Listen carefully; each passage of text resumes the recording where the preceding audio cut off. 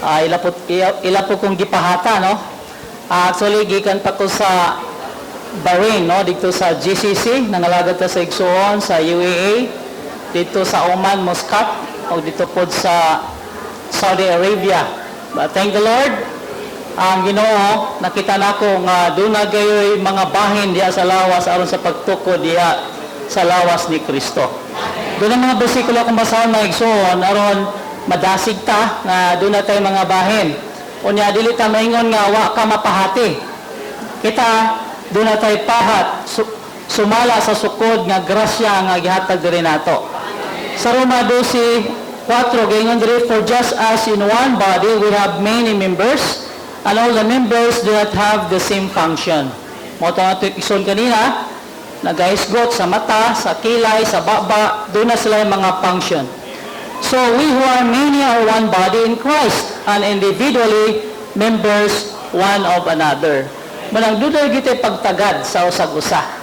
Di lang tayo nga bahin sa lawas, kundi bahin po ta sa usag-usa. Manang gimpasay sa itong igsoon nga kinahanglan nato tagdon ang mga igsoon ato silang atimanon. Nga naman, kay gingon diri sa size, and having gifts that differ according to the grace given to us.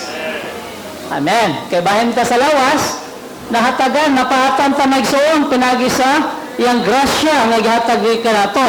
Gingon sa diri, whether prophecy, let us prophesy, according to the proportion of faith, or service, let us faithful in that service, or who teaches in that teaching, or who exhorts in that exhortation, he who gives in simplicity, he who leads in diligence, he who shows mercy and cheerfulness.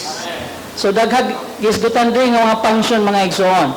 Muna ang dunay mga igsoon, kumubuka sila og ilang balay aron mga timan. Amen. Magbigay hospitality, maghatag sila og panahon aron i-accommodate mga igsoon. Mo puti ilang function. Amen.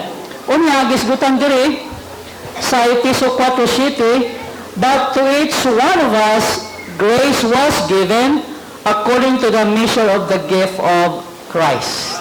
Na naman, kaysa 8, guys ko diri, therefore the scripture says, having ascended to the heights, he led captive those taken captive and give gifts to men.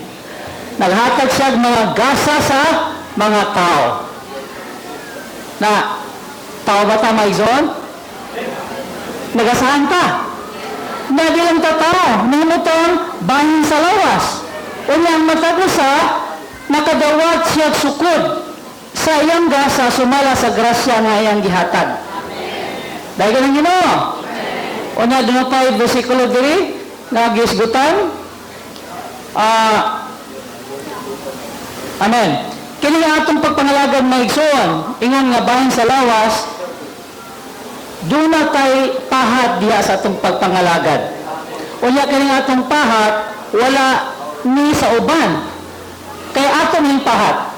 Muna mingon ang mata nga dili na ko kinahanglan ang tiil. O mingon tiil, di na ko kinahanglan ang mata. O ang ilong, mingon siya, di na ko kinahanglan ang baba. Matag bahin sa lawas, doon na gisay pahat. Unya kini pahat na igsoon, muna yung atong pagpaambit. Muna yung atong ministeryo. May mga atong ministry. O sa may ministry sa mata. Seeing. Bisag mo kamot ang mata nga, kininglan mo kung pagpamaba, adi sa mahin mo. Kaya matagod siya. Kung sa may ministry sa atong dalungan, paminaw, magbubog yung tangang butang na dili mahimong sa mata. Unya, kining mga gasa maigsoon, nahimon niyang pahat, kining mga ministry, nimo siyang function, alang gayud sa lawas. Ngayon kung nakakita ta sa lawas maigsoon, kinahanglan kitang mo function. Amen. Ang atong function, walay makapuli niini kay mo may ang atong pahat. Unya, gisgutan niya diri, amen, matagusa, dunay, gasa. Unya sa Matthew, gisgutan, matagusa, dunay, talanton. Wala mo si Brother Lee. Everyone is talented. Tanawagin yung mga silingan. Gifted ba sila? Talented ba sila? Yes. Amen. Munang ang matabahin, kinahanglan dayon sa lawas kay doon na sila gasa. Nga sila ako'y makahimo, dili ta makahimo. Munang mingon ang 1 Corinto, nga to the comely members has no need, but God gave more abundant honor to the member that lack. Nga naman, doon naman mga bahin, nga mga kinahanglan din atong atimanon.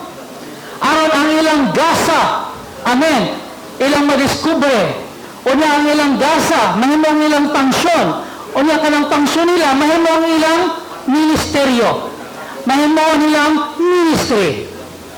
Para sa mga ministry, sa Ephesians 4:12, for the building up, unto the building up of the body of Christ. Unang gisgutan sa itong maigsoon, doon ay mga lutahan, o niya kini mga gifted members, is to perfect, amen, the saints, because the saints are those who build the body directly. Mula nga Episo 4:11, doon ay gisgutan dito, and God gave some. Dili man tanan. Sa niya, some lang. Pipila lang. Pipila lang ang mga apostol. Apostles. Pipila lang ang mga propeta. Mga evangelista. Mga magtutudlo o mga shepherds. Magbalantay. Piyara. But thank the Lord, kining mga ginasahan, mga lutahan, ila ding bansayon. Praise the Lord. Kung mapabansa ito mga igsoon, ang sa mga resulta sa verse 12, for the perfecting of the saints, unto the work of the ministry, unto the building up of the body of Christ. Muna ang iglesia, wala pagid matukod karon. Ang lawas ni Kristo, wala pagid ma-realize ang pagtukod. Ganun man. Katong mga ubang maigsoon, nisubra sa ilang pangsyon. Na po ibang maigsoon, wala ni pangsyon. Sila na diha kay, sila may ginasahan. Ikaw di mo kay gasa. Amen? Ang atong gasa, di na ito itago sa yuta. Atong ganito ni. Atong talenton. O niya, ang Ginoo, doon na siya'y paghatag o ganti. Igantihan niya ang dunay talanton og 5, dunay talanton og 2, parehong ganti. Unsa may giingon sa Ginoo atong mga dunay 5 og 2 ka talanton. Ingon siya, good. Well done, faithful slave. Enter into the joy of your master. Tapos, katong dunay 5, mayon siya na wala sa mingon niya, and enter into the more joy. Tayo lang, enter into the joy of your master. Amen. O katong usa ka talanton kung iya po itong nahimo nga makaangkon og another 1 talent. Dunay pagtubo sa usa ka talanton, mahimong duha. Ang Ginoo, surely, parehong iyang ingon po, good and faithful slave, enter into the joy of your master. Praise the Lord! Kung kinimaigsoon ma-realize sa itong taliwala, matukod gayod ang lawas ni Kristo. Amen. Doon natin igsoon, dili siya maayong mamulong.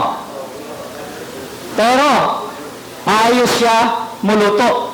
Lamian kayo muluto. Igsoon na to sa Manila, pag siya ganing magluto, may maayo kayo nga mong paniod to. Kining timpla ha. May balaw ni, siya ang magluto Amen. Unya, sa iyang pagluto, tanan mga igsoon na tagbaw. Amen. Munang gisgutan sa igsoon, nga katong nagluto sa kusina, dili sa mga ugma, kami na po ang mamulong dito. Kami na po yung magluto. Amen. Tanan, dunay bahin sa lawas, aron matukod gayud ang lawas ni Kristo. Amen. Sa katapusan mga igsoon, gisgutan dito sa last itero sa verse sa message 2. Gisgutan dito God calling us according to His purpose. God's calling, gitawag ta si Ginoo alang gayud sa iyang tuyo. Kung saan tuyo sa Ginoo? Pagtukod sa iyang lawas. O niya, gisgutan sa last message, fully accomplish your ministry. Kung saan ministry na to? Mahimog kita maigsoon nga faithful. Matinumanon ta sa atong sukod, sa atong ministry diha sa lawas, aron matukod kay ang lawas ni Kristo. Dahil na Ginoo, daghang maigsoon diri sa Oroqueta, mahinaw ta nga kun dunay 1,500 ni maigsoon, doon na po 1,500 na nag-alaga sa Ginoo. Amen. Gusto mo maigsoon magpalista? Ha? Magpalista na mo? Ha? At ngayon si Barilay, this work is glorious and eternal work.